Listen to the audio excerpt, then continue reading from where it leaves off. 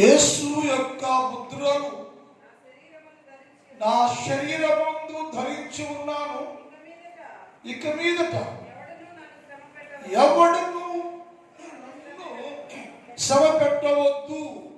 ఈ భాగాన్ని మనం ధ్యానం చేస్తున్నామండి.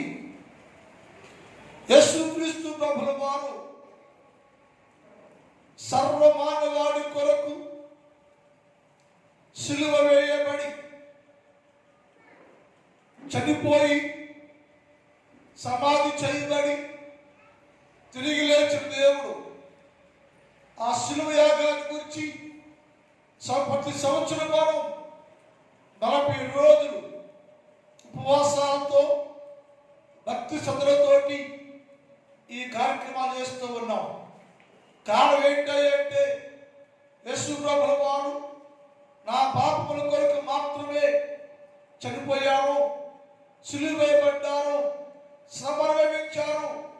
అందులో నేను కూడా పాలిభాగస్తులు కావాలి, నేను కూడా సిలువ వేయబడిన యేసుక్రీస్తు ప్రభుల వారి వలె జీవించాలని ఎవరికి వారు సిలువ ధ్యానాల్లో జీవితాలను సరి చేసుకొని సిలువ వలె అనగా యేసుక్రీస్తు ప్రభుల వారి వలె జీవితాన్ని జీవించడానికి కొనసాగించే వారిగా ఉండాలనేది ఈ సిలువ ధ్యాన ఉద్దేశం. ఇందులో పౌలు భక్తుడు ఏమన్నాడంటే, నేను యేసుక్రీస్తు ప్రభుల వారిని ఎరగక ముందు నాతో మాట్లాడారు, బలపరిచారు. తరువాత నా శరీరం మీద యేసుక్రీస్తు ప్రభు యొక్క శిలువ ముద్రలు వేయబడ్డాయి అన్నాడు. ఎందుకు పౌలు గారు నీ శరీరం మీద శిలువ ముద్ర వేయబడ్డాయి, ముద్రించబడ్డాయంటే మన వర్షకాలంలో చాలా విషయాలు నేర్చుకున్నాం. ఒకటి, యేసుక్రీస్తు ప్రభుల వారి దగ్గర ఆయన తనను తాను సిలువ వేయబడ్డాడు అని. రెండవది, లోకంతో సిలువ వేయబడ్డాడు అని. మూడవది, స్వభావాన్ని సిలువ వేసుకున్నాడు, పరిపూర్ణంగా మార్చబడ్డాడు అని నేర్చుకున్నాం. రెండవది, మార్చబడిన తరువాత పౌలు గారు యేసుక్రీస్తు ప్రభువుని ధరించుకున్నాను, నేను ధరించుకుని క్రీస్తులోనికి వచ్చాను నేను అని నేర్చుకున్నాం. మూడవది, ఎందుకంటే నేను క్రీస్తును కలుసుకోవటానికి ఫలించాను, ఫలభర్తీ చేయబడ్డాను. అది మనకరమైన ఫలము కాదు కానీ నిత్య జీవించే ఫలాన్ని నేను ఫలించాను. అందువలన నా శరీరం మీద యేసుక్రీస్తు ప్రభుల వారి యొక్క శిలువ ముద్ర వేయబడింది, ముద్రించబడింది అని చెప్పాడు. ఎందుకయ్యా పౌలు గారు మీ మీద అంత ముద్ర వేయబడింది? ఆ ముద్ర గుర్తేంటంటే రాత్రి కాలంలో ఒక విషయాన్ని ధ్యానం చేశాం. ఎందుకంటే యేసు ప్రభుల వారు సిలువల గురించి సువార్త చెప్పాలి. నేను యేసు సిలువ మరణము పునరుత్థానం గురించి లోకానికి, అన్యులకు, యూదులకు బోధించి మార్చి దేవుని రాజ్య సంబంధిగా చేయాలి నేను. అందుకొరకే నన్ను యేసు ప్రభుల వారు ఎన్నుకున్నారు. అంటే ఏం చేయమంటే ఒక పాత్రలో వేయబడ్డ 6 ముద్రల్లో మొదటి ముద్ర ఏంటంటే నిన్ను దేవుని సువార్త కొరకు ప్రతిష్ఠ చేయబడిన ముద్ర అని నేర్చుకున్నాం. ఒక వ్యక్తి పౌలు గారిని లోకమంతా సువార్త ప్రకటించాలయ్యా, ఆదిమ సంఘం స్థాపన చేయబడాలి, సువార్త ప్రకటించబడాలి, శిలువ ప్రకటించబడాలి, శిలువ వ్యర్థం కాకూడదు. అందుకని ఆయన ప్రతిష్ఠ చేశారు అనే విషయాలు రాత్రి కాలం మనం ధ్యానం చేస్తాం. ఎందుకంటే యేసు ప్రభుల వారి గురించి శిలువ సందేశాన్ని ఎక్కువగా ప్రకటన చేసింది పౌలు భక్తుడే. ఆయన సంఘాలు దండయాత్ర చేసి ఈ కొత్త నిబంధనంతా స్థిరపరచబడటానికి ఆయనే ప్రథమ కారకుడిగా ఉన్నాడు. కారణం ఏంటంటే అదే ఆయనను యేసు ప్రభుల వారి శిలువ ముద్రతో ముద్రించాడు కాబట్టి ప్రతిష్ఠ చేయబడిన వాడుగా ఉన్న కారణము చేత అతడు సువార్తను ప్రకటించి అత సాక్షిగా మారిపోయాడని లేఖనాల్లో రాయబడి ఉంది. రెండో ముద్ర ఏమిటయ్యా నీ ముద్ర వేసలో? మొదటి ముద్ర ఏమో పచ్చడి చేయబడింది అని చెప్పాడు. రెండో ముద్ర ఏంటంటే ఆభరణములు నా మీద ముద్రించడం. రెండో ముద్ర అర్థం ఏంటయ్యా అంటే ఆభరణములు నా మీద ముద్రించబడి ఉన్నవి, ఆభరణములు నా మీద ధరింపజేశాడు యేసు ప్రభువు వారు అని చెప్పాడు. ఏంటి ఆభరణాలు? వెండి వేశాడా? బంగారం వేశాడా? వజ్రం వేశాడా? ఇంకేం ప్రత్యేకంగా యేసు ప్రభువు వారికి పౌలు గారిని మెచ్చుకునేశాడా అంటే అదేమి కాదు. ఏమిటయ్యా అంటే యూదా జాతి, యూదా మతం యేసు ప్రభువు వారికి 4 ఆభరణాలు ధరింపజేశారు.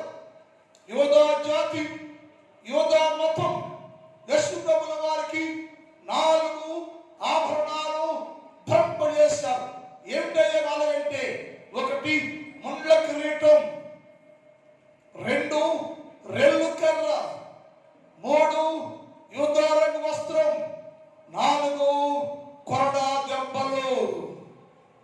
ఈ 4 ఆభరణాలతోటి యూదా జాతి, యూదా మతం వారిని బలపరిచి ఏళ్ళపరిచారు. అంటే యూదా మతానికేమో అది గౌరవంగా ఉంది. సృష్టికర్త అనబడే యేసు క్రీస్తు ప్రభువు వారు యేసులోకి రాక యేసు ఎరగకుండా ఉంటే వారందరూ ఇచ్చిన ఆభరణాలు యేసు క్రీస్తు ప్రభువు వారికి ఈ 4 ఇచ్చారు. ఇప్పుడు పౌలు గారు యేసులోకి మార్చబడ్డాడు. యేసులోకి మార్చబడి పవిత్రమైపోయాడు. ఎందుకంటే యేసు క్రీస్తు ప్రభువు వారిని కావాలని యేసు ప్రభువు వారు దమస్క మార్గములో దర్శనమిచ్చి ప్రత్యక్షపరిచి తను మార్చుకొని చెప్పిన మాట అంటే నా నామము నిమిత్తము అనేక శ్రమలు అనుభవించాలను, అన్యుల ముందుట, రాజుల ఎదుట, ఇశ్రాయేలు ఎదుట అనేక శ్రమలు అనుభవించాలని నేను నిన్ను ఎన్నుకున్నానయ్యా. కాబట్టి నువ్వేం చేయంటే నా వలే నీకు కూడా ఆభరణాలు ధరింపజేస్తాను, స్వీకరించాను. అది ముందుగా వేసాడు.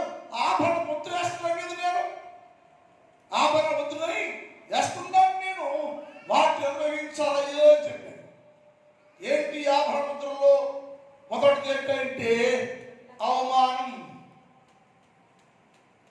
ఎవరు అవమానపరిచారయ్య అంటే లేఖమంటుంది పౌలు భక్తుడను ఆనాడు యేసుక్రీస్తు ప్రభువులను ముళ్ళ క్రింద పెట్టి ఎలా అవమానపరిచారో అలాగే అదే ప్రజలు, యూదులు, ఇశ్రాయేలీయులు నిన్ను కూడా అవమానపరుస్తున్నారు పేరు పౌలు.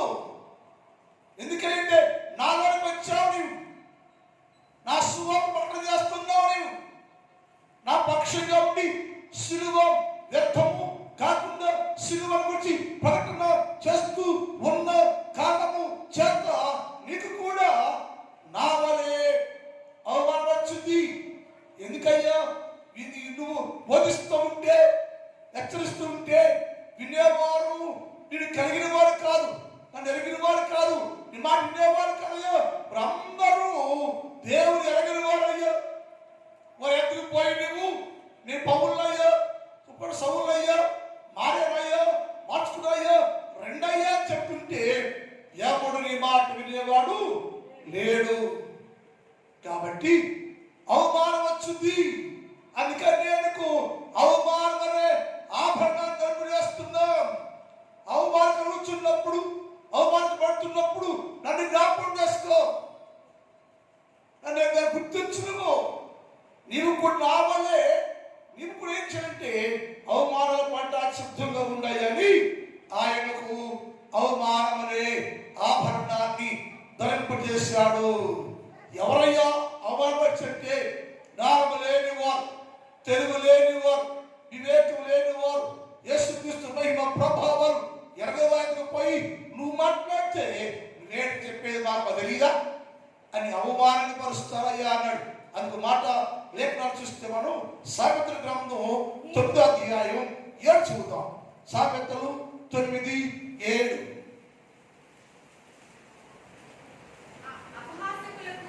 అపహాసకులకు బుద్ధి చెప్పువాడు, ఎందుకంట అపహాసించేవాడు అపహాసకుడికి క్రీస్తు గురించి బోధిస్తే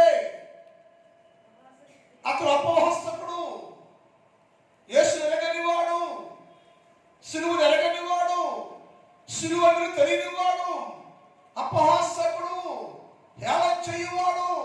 యేసు క్రీస్తు శ్రమ మరణాన్ని ఎరగకుండా యేసును సిలువేయండి అని కేకలు వేస్తారే అపహాసకుడు. అపహాసకుడికి పోయి అపహాసకులారా, దేవుని పిల్లలారా, నా దేవుడయ్యా యేసు ప్రభు అయ్యా సిలువేశారు కదా, చంపేశారు కదా, ఆయన గురించి నేను ప్రకటన చేస్తున్నాను, వినండి అయ్యా, నేను ఎలా మారాను మీరు కూడా మారండి అయ్యా, తెలుసుకోండి అయ్యా, నమ్మండి అయ్యా, ఆయన సమాజం జయించాడు, మరణాన్ని జయించాడు, తిరిగి లేచాడు, గొప్ప దేవుడని చెప్తూ ఉంటే అపహాసకులకు బుద్ధి చెప్పువాడు తనకే నిందను అవమానం తెచ్చుకొను. భక్తిహీనులకు గద్దించు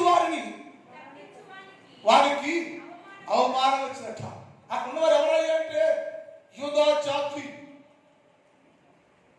యూదులకు పోయి పౌలు యేసు ప్రభువు వారి గురించి బోధిస్తూ ఉంటే వాళ్ళు అపహాస్యులుగా ఉన్నారు. రెండోది బుద్ధిహీనులుగా ఉన్నారు. యేసు ప్రభువు గురించి మాట్లాడుతూ ఉంటే తప్పయ్యా, యేసు దేవుడయ్యా, ఎరగండయ్యా, నేను కూడా యేసు క్రీస్తు ప్రభుకి వ్యతిరేకంగా జీవించనయ్యా, నా వల్ల ఉండదు, మీరు దయచేసి నా మాట విని యేసు క్రీస్తు ప్రభుని అంగీకరించడని మాట్లాడితే బుద్ధిహీనుడు ఏమిటంట గద్దించడానికి అవమానం వచ్చింది, అవమానపరుస్తారట.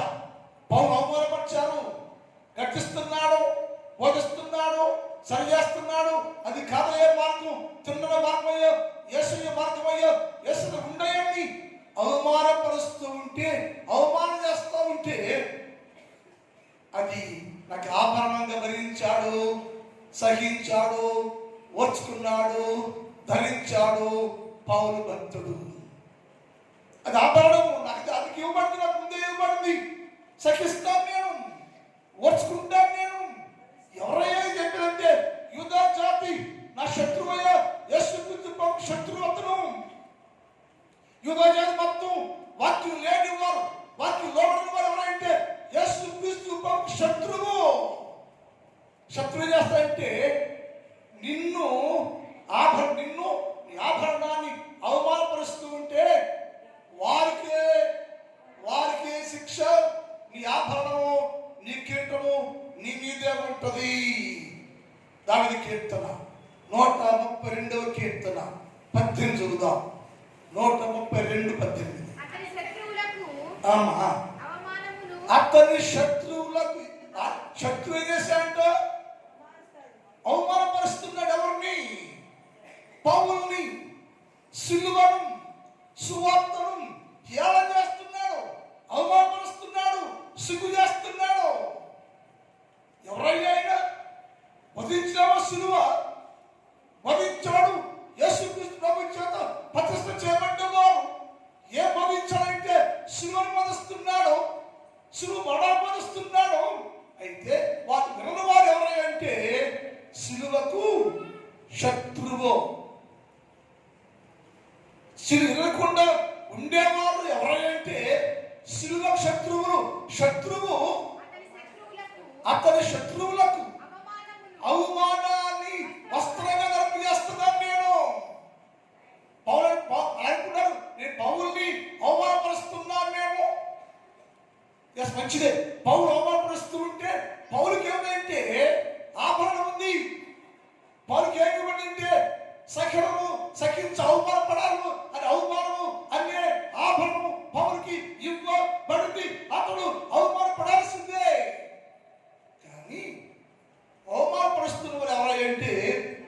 శత్రువు. నీ శత్రువు అవమానపరుస్తూ ఉంటే శత్రుకి ఏమిటంటే అవమాన వస్త్రము ధరించాడు. పౌలు కాదు, పౌలు కాపాడం ఉంది. అవమానం పరచడానికి ఇష్టపడ్డ పౌలు ఆపడం అర్థం ఉంది. కానీ పౌలు సువార్తలు వినకుండా పౌరుని ఎవడు అపవాసం చేస్తున్నాడు, అవమానం చేస్తున్నాడు, అవమానపరిచే వారికి అవమాన వస్త్రముతో అతను వాడు ధరింపజేశాను.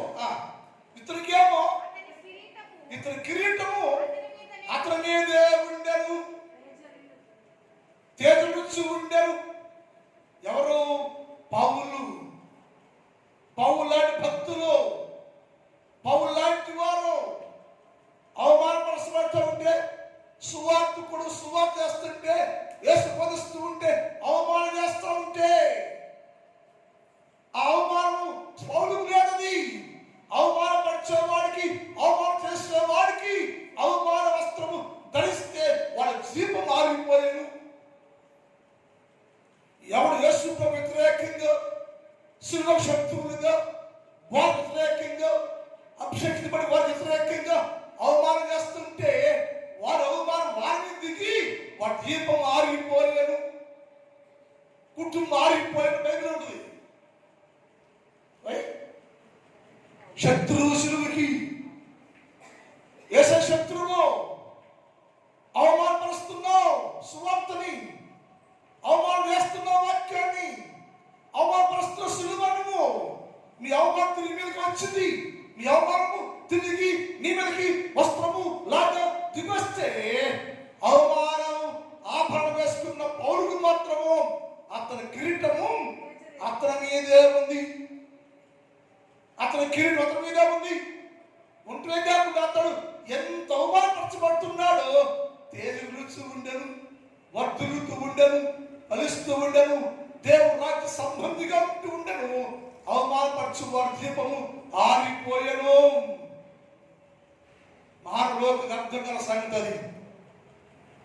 మానవలోకానికి, యూదా జాతికి అర్థం గల సంగతి ఏంటంటే శిలువను ఎవరు అవమానపరుస్తారో, శివ సువార్త ఎవరు అవమానపరుస్తూ ఉంటారో, యేసు ప్రభు నామాన్ని అవమానపరుస్తూ ఉంటారో వారి దీపం ఆరిపోదట. ఆరిపోతే పౌలు అక్కడి నుంచి లేచి లుస్త్రాకి వెళ్ళాడు. లుస్త్రాలో బోధ చేస్తా ఉంటే ఇక్కడ ఎవరైతే పౌలు అవమానపరిచారో అవమానం మాట్లాడే ఏటో చెప్పే సువార్త మాకు తెలియదా, మా రాదా, ఎరగవా, నువ్వు నెట్టాక ఆ స్టెప్పని చంపలేదా, స్టెప్పని చంపలేదా, నువ్వు భక్తుడు అయిపోయి ఇంట్లోకే ఏంటో చెప్పారని అవమానంగా మాట్లాడితే వారి తీర్పు మారిపోతే వారు పుస్తకాకొచ్చి పౌలు అడుగుతాయా, నేను సిలువను నిన్ను అవమానము చేసిన కారణము చేత నా దీపములు ఆరిపోయాయా, మా కుటుంబ నాశనం అయిపోయాయా. ఒక్కసారి వచ్చి నీ పాదాన్ని బాబువా, ఎవరినైతే అవమానపరిచారో ఆ పౌలు దేహపత్రుడు పౌలు బర్నబా శీల తిరిగి మళ్ళా పుస్తకాల నుంచి ఎరుషలేములోకి వచ్చి ఎక్కడ దీపం ఆరిపోయిందో ఆరిపోయిన దీపాల వారు వెలుగు కలుగు చేస్తారు. అది యేసు మహిమ. మనం ఏం చేయకూడదంట, సులువుకి అవమానపరచకూడదు. పౌలుకి ఏముందంటే అవమాన ఆభరణం ఉంది, అని అవమానపడితే అవమానపడాల్సిందే. కానీ అతడు నీ అవమానించిన వారి దీపము ఆరిపోద్ది అన్నాడు. ఏబు గ్రంథం 8వ అధ్యాయం 21 చూద్దాం. ఏబు 8:21. ఏబు 8:21 చూడతారు. అమ్మా నూనె పగబట్టంట యేసు ప్రభు మీద, పౌలు మీద, యోబు మీద, నీ మీద పగబట్టువారు అవమాన భరితులగుదురు. దుస్తుల గుడారము నీకు నిలవకూడదు. ఆ గుడారం ఏముండదు, ఆ ఇల్లే ఉండదు. ఏమైపోతుంటే నిలవదట. ఈ మాటను పౌలు చెప్పాడు దేవుడు. పౌలు, నీకు అవమానాభరణ ఇస్తున్నాను నేను. యోధా జాతులు అనేకులు నా నామాన్ని బట్టి అవమానపరుస్తున్నారు. అవమానపరుస్తూ ఉంటారు. నిబ్బరంగా ఉండు, ఎందుకంటే నీ మీద అవమానము అనే ఆభరణాన్ని నేను ధరింపజేస్తా. నిబ్బరంగా ఉంటే మిగిలిన కార్యం చేస్తానని చెప్పాడు. అందుకని పౌలు అవమానం అనే ఆభరణాన్ని ధరించి నిబ్బరంగా సువార్త ప్రకటిస్తూ ఉన్నాడు అని. రెండోది, దూషణ అనే ఆభరణాన్ని పౌలు గారికి యేసు ప్రభుల వారు ధరింపజేశాడు. ఒకటేమో అవమానము అనే ఆభరణం, రెండేమో దూషణ అనే ఆభరణాన్ని ధరింపజేశాడు. ఎక్కడ దృష్టి పడాలంటే పౌలు సువార్త చేస్తున్నాడు, సమాజ మందిరంలో బోధిస్తున్నాడు. పౌలు గారు సమాజ మందిరానికి వెళ్ళి బోధిస్తున్నాడు. అక్కడ సమాజ మందిరం నిండా జనం ఉండాలి. సమాజ మందిరం నిండా జనం ఉండాలి. బోధ ఆసక్తి, పౌలు బోధిస్తుంటే ఆసక్తిగా వారు బోధ ఇంటూ ఉండరు. కానీ అక్కడ శాస్త్రులు, పరిచయులు, కొంతమంది యూదులు కలిసి ఈ బోధన గురించి ఎలా చేయటం ప్రారంభించారు. ఏంటో చెప్పిందా మన భాషలో అదిగా ఇదే బోధకుడు ఇది అని వాళ్ళు మాట్లాడుకోసారు. అపోస్తల కార్యాలు 13వ అధ్యాయం 34-35 చూద్దాం. 44-45 అపోస్తల కార్యము 13:44-45. మరుసటి విశ్రాంతి దినమున ఆ పట్టణమంతయు దేవుని వాక్యం వినటానికి కూడి వచ్చను. యూదులు జనసమూహాలను పోగు చేసి వాళ్ళేమో గుళ్ళో వాక్యం వింటుంటే, సమాజ మందిరములో వారు పౌలు బోధిస్తుంటే, యేసుక్రీస్తు ప్రభుల వారి శిలువ, మరణ, పునరుద్ధానం గురించి పౌలు బోధిస్తూ ఉంటే సమాజ మందిరం నిండా ప్రజలందరూ ఆసక్తిగా ఇంటూ ఉండేను.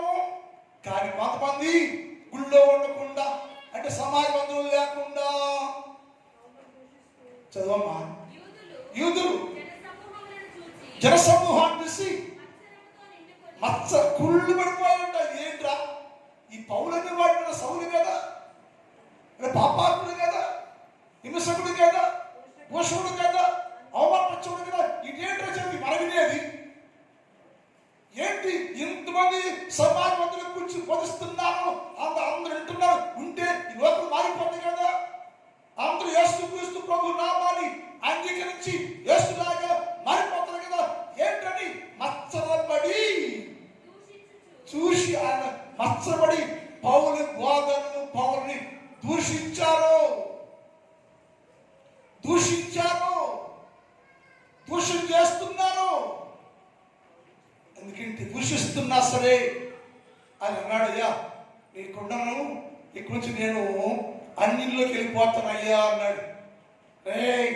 మళ్ళీ యూదా జనాంగులు యేసు ప్రభు గురించి మాట్లాడావా, సువార్త చెప్పావా, మీ జీవితం తీసేస్తాం అంటే పౌలు అన్నాడు, వాడు దూషణ చేస్తుంటే, దూషిస్తూ ఉంటే పౌలు దగ్గర దూషణ అనే ఆభరణము ఉంది కాబట్టి నిబ్బరంగా ధైర్యంగా ఉండి ఆభరణం వారు బలపరుస్తూ ఉంటే పౌలు అక్కడి నుంచి అన్నిలోకి వెళ్ళారు. దేవుని పిల్లారా, దూషణ ఆభరణాన్ని ఇచ్చాడు పౌలు గారికి. నా పక్షం బయలుదేరాను, సువార్త చెబుతున్నానేమో, సువార్త బోధిస్తావు, శిలువ మరణ బోధిస్తున్నప్పుడు నీ దూషిస్తారు పౌలు,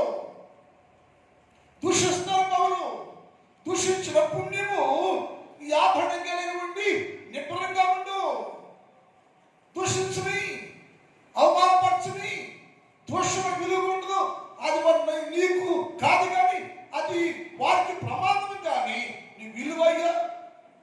కాబట్టి దూషణ కిరీటము, దూషణ అనే ఆభరణము నీకు ఇచ్చాను కాబట్టి ఆ దూషణ ఆభరణం ధరించుకుని దూషిస్తూ ఉంటే తల వంచుకుని వెళ్ళిపోయా అని చెప్పాడు. అదే 18వ అధ్యాయం అపోస్తలుల 18:5 చదువుదాం. అపోస్తలుల కార్యములు అమ్మా సీలయు తిమోతి వారు మాస్టర్లో నుంచి పౌలు గారు శిలువ వేయబడిన యేసుక్రీస్తు ప్రభుల వారి గురించి బోధిస్తూ ఉంటే సువార్త విషయంలో ఆత్మ కలిగిన వాడై యేసు క్రీస్తు ప్రభు దేవుడని యూదులందరూ దృఢంగా సాక్షిస్తున్నాడు. అయ్యో నువ్వు సిలువేశారే, చంపేశారే, ఆయన యేసు క్రీస్తు అయ్యా, దేవుడయ్యా, విమోచకుడయ్యా, రక్షకుడయ్యా, ఆయన పట్ల తప్పు చేసిన మీరు మన దేవుడిని మీరు సిలువేశారయ్యా. అయితే ఆయన సమాధిలో తిరిగి లేచాడయ్యా, ఆయన దేవుడయ్యా, దేవుడి దగ్గరికి లేచాడు, పైకి దేవుడి దగ్గరికి బయటకు వచ్చాడయ్యా, వినన్నయ్యా అని ఆతృత కలిగి సాక్ష్యమిస్తూ ఉంటే వారు తిరుగుబడి ఎదురాడి దూషించినప్పుడు వస్త్రాలు ఆదేశంట దూషించి పదవి దాకేసే గురించి చెప్పదేంటి, పౌలు హింసకుడు కదా, దుష్టకుడు కదా అంటుంటే వారు దూషించి దోషుల మాటలు పౌరులతో మాట్లాడుతుంటే పౌలు వేసంట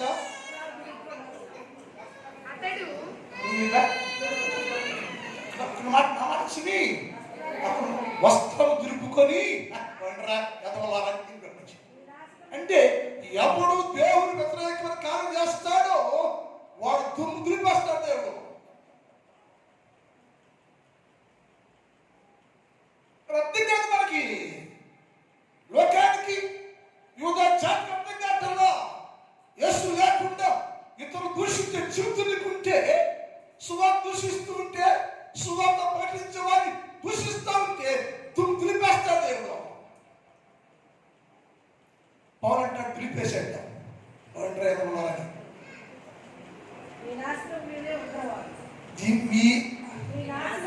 మీ నాశనానికే మీరే ఉత్తరం.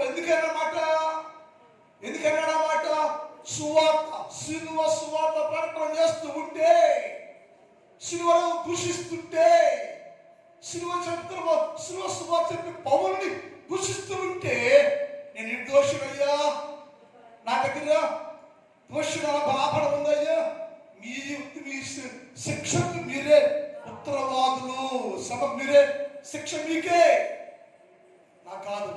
అంటే ఎవరు యేసు క్రీస్తు ప్రభు సువార్తను దూషిస్తే, బోధించేవాడు దూషిస్తే శిక్షకి వాళ్ళే ఉత్తరవాదులు.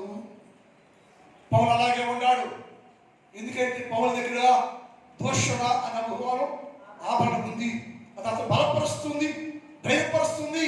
పౌలు నీ మీద దోషణ అనే ఆభరణాన్ని కలిగి ఉన్న ఆభరణ మీద ఉన్నంత కాలము నేను దూషించబడే దోషణ పడతావు తప్ప నువ్వేమో దోషణ పాలు కావయ్యా అని పౌలను ధైర్యపరుస్తుంటే అతడు దూషిస్తుపడుతున్నాడు. ఎందుకైనా పౌల అంత దూషిస్తుంటే అలా ఉండాలంటే నా దేవుణ్ణి యోధాజా దూషించవయ్యా, రెల్లు కలచంలో పెట్టి దూషించారు, ముళ్ళ కింద పెట్టి దూషించారు, కొడవాపు కొడుతూ దూషించారు. నా దేవుణ్ణి దూషిస్తే నేనేమాడుతున్నాయ్యా, అయినా నా దేవుడయ్యా నా మీదయ్యా దూషణ ఆభరణాన్ని ధరింపు చేశాడు. అది బలపరుస్తూ ఉందయ్యా. ఎవరు దూషించిన వారికి వారే శిక్ష పాత్రలు కానీ నేను కాదయ్యని పౌలు దేవుని ఎదుట సాక్ష్యమిస్తూ ఉండేను. ప్రార్థన టైం అయిపోయింది. మిగిలిన భాగాన్ని రేపటి కాందామని చెప్తాం. మా తండ్రి నీ పాదములకు స్తోత్రాలు. పౌలు శరీరం మీద క్రీస్తు యేసు ముద్రలు వేయబడ్డాయి అని చెప్పావయ్యా. ఆ ముద్ర యొక్క గుర్తులేంటి, ముద్రలు ఎందుకు వేసావయ్యా అడిగాడు ప్రభువా. ఒకటి ప్రతిష్ఠిత ముద్ర అని చెప్పావయ్యా. రెండు ఆభరణం అనే ముద్ర వేశాను అని చెప్పావయ్యా. ఆభరణ ముద్రలో ఏమిటంటే అవమానము అని ఆభరణమయ్యా, దోషణ అని ఆభరణమయ్యా వేసావయ్యా, కొరడా దెబ్బలు అనే ఆభరణాన్ని వేసావయ్యా, మరణము అనే ఆభరణాన్ని ఇచ్చావయ్యా. వాటితో పౌరుని అలంకరించి చేసే ప్రభువా, ఆ జీవితాల్లో కూడా మేము అలాంటి ఆభరణాలు కలిగి ఉండి బలవంతులుగా శక్తివంతులుగా ఉండకు సహాయం చేయండి. ఈ రాత్రి కాలంలో పౌలు వలె మేము కూడా యేసు క్రీస్తు ప్రభు కోసమే జీవించేవారుగా ఉండటానికి సహాయం చేయ్యా. రాత్రి స్థలంగా చిన్నవారు, పెద్దవారు, స్త్రీలు, పురుషులు, యవనస్తులు, వృద్ధులు అనేక స్థలం ఉన్నారు తండ్రి. అందరూ దీవించండి అయ్యా, ఆశీర్వదించండి, బలపరచండి. మీ యొక్క కృపా క్షేమాల కృపా దీవెనతో నింపండి. నా సంఘాన్ని దీవించండి, నా సంఘాన్ని కాపాడండి, నా సంఘాన్ని బలపరచండి, అభిషేకించండి. నా సంఘ ప్రతి కుటుంబాలను దీవించండి, ఆశీర్వదించండి. వ్యవసాయం చేస్తున్న వ్యవసాయదారుడు మంచి పంటలు పుచ్చుకోవాలి తండ్రి, సహాయం చేయండి. వాతావరణాన్ని సాధులా ఉంచుకోండి, మేలు చేయండి. కష్టపడి పనిచేస్తున్న వీళ్ళందరూ దర్శించండి, మరి పరిపాటు తోడుగా ఉండండి. మంచిగా కష్టపడి పని చేసుకోవడానికి ఆరోగ్యం చేయ. అలాగే తండ్రి పరీక్షను రాస్తున్న ప్రతి విద్యార్థిని మీరు దీవించండి, ఆశీర్వదించండి. ప్రతి విద్యార్థులను మీ నామలో ఫస్ట్ క్లాసులో పాస్ అవడానికి గొప్ప కార్యం చేయి. మా ప్రార్థనలు ఏ మాత్రం వ్యర్థం చేయకుండా మీరే గొప్ప కార్యం చేయమని ప్రార్థన చేస్తున్నాం తండ్రి. దీవించమని యేసు వారి పరిశుద్ధ నామములో ప్రార్థిస్తున్నాం తండ్రి. చెప్పండి. ఎందుకో నన్నింతగా నీవు ప్రేమించితివో దేవా, అందుకో ఆదీన స్తుతి.